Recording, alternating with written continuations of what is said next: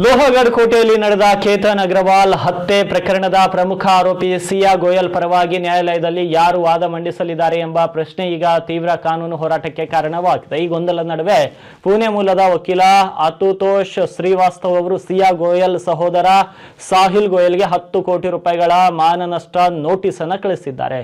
ವಡಗಾಂವ್ ಮಾವಳ್ ನ್ಯಾಯಾಲಯದಲ್ಲಿ ಸಿಯಾ ಗೋಯಲ್ ಅವರ ರಿಮಾಂಡ್ ವಿಚಾರಣೆ ನಡೆಯುತ್ತಿದ್ದಾಗ ಸಾರ್ವಜನಿಕವಾಗಿ ಈ ವಿವಾದ ಭುಗಿಲೆದ್ದಿತ್ತು. ವಕೀಲ್ ಅಶುತೋಷ್ ಶ್ರೀವಾಸ್ತವ್ ಅವರು ನ್ಯಾಯಾಲಯಕ್ಕೆ ಹಾಜರಾಗಿ ಸಿಯಾ ತಮಗೆ ಸಹಿ ಮಾಡಿದ ವಕಾಲತ್ತುನಾಮ ಅಂದ್ರೆ ಅಧಿಕಾರ ಪತ್ರ ನೀಡಿದ್ದಾರೆ ಎಂದು ವಾದಿಸಲು ಮುಂದಾಗಿದ್ದರು. ಆದರೆ ಮ್ಯಾಜಿಸ್ಟ್ರೇಟ್ ಕೇಳಿದ ಪ್ರಶ್ನೆಗೆ ಉತ್ತರಿಸಿದ ಆರೋಪಿ ಸಿಯಾ ಗೋಯಲ್, ಅಶುತೋಷ್ ಶ್ರೀವಾಸ್ತವ್ ನನ್ನ ವಕೀಲರಲ್ಲ, ವಿಪುಲ್ ದುಶ್ಸಿಂಗ್ ನನ್ನನ್ನು ಪ್ರತಿನಿಧಿಸುತ್ತಾರೆ ಎಂದು ನೇರವಾಗಿ ಹೇಳಿದರು. ಇದರಿಂದ ನ್ಯಾಯಾಲಯದಲ್ಲಿ ಕೆಲ ಕಾಲ ಗೊಂದಲದ ವಾತಾವರಣ ನಿರ್ಮಾಣವಾಯಿತು. ಕೊನೆಗೆ ಸಿಯಾ ಹೇಳಿಕೆ ನಂತರ ಅಶುತೋಷ್ ಶ್ರೀವಾಸ್ತವ್ ಅವರು ವಾದ ಮುಂದುವರಿಸಲಾಗದೆ ನ್ಯಾಯಾಲಯದಿಂದ ಹೊರ ನಡೆದರು. ಸಿಯಾ ಕುಟುಂಬದವರು ತಾವು ವಿಪುಲ್ ದುಶ್ಸಿಂಗ್ ಅವರನ್ನ ಮಾತ್ರ ನೇಮಿಸಿರುವುದಾಗಿ ಸ್ಪಷ್ಟಪಡಿಸಿದ್ದಾರೆ. ಇದರಿಂದ ಮುಜುಗರಕ್ಕೀಡಾದ ವಕೀಲ ಅಶುತೋಷ್ ಶ್ರೀವಾಸ್ತವ್ ಸಿಯಾ ಕುಟುಂಬಸ್ಥರು ತಮ್ಮ ವೃತ್ತಿಪರ ಗೌರವಕ್ಕೆ ಧಕ್ಕೆ ತಂದಿದ್ದಾರೆ ಎಂದು ಆರೋಪಿಸಿ ಶಿಯಾಳ ಸಹೋದರ ಸಾಹಿಲ್ ಗೋಯಲ್ಗೆ 10 ಪುಟಗಳ ಕಾನೂನು ನೋಟಿಸ್ ಜಾರಿ ಮಾಡಿದ್ದಾರೆ.